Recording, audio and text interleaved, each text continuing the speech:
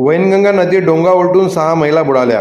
गडचिरोली वैनगंगा नदीच्या गणपूर घाटावरून निघालेला डोंगा पाण्यात बुडाल्याने 6 महिला वाहून गेल्याची घटना आज 23 जानेवारी रोजी सकाळी 11 वाजता सुमारास घडली। या घटनेत आतापर्यंत 2 महिलांचे मृतदेह मिळालेले असून अद्याप 4 महिला बेपत्ता आहेत, तर 1 महिलेला वाचवण्यात यश आलेले आहे।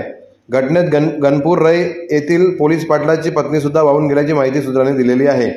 सदर महिला मिरची तोडण्याकरता चंद्रपूर जिल्ह्यातील गावात डोंग्याच्या साहाय्याने जात होत्या। अचानक पाण्यात नाव वाहून गेल्यामुळे 7 महिला आणि नावाडी बुडाले। नावाडी पोहून बाहेर निघून गेला व 1 महिलेला वाचवण्यात यश आले।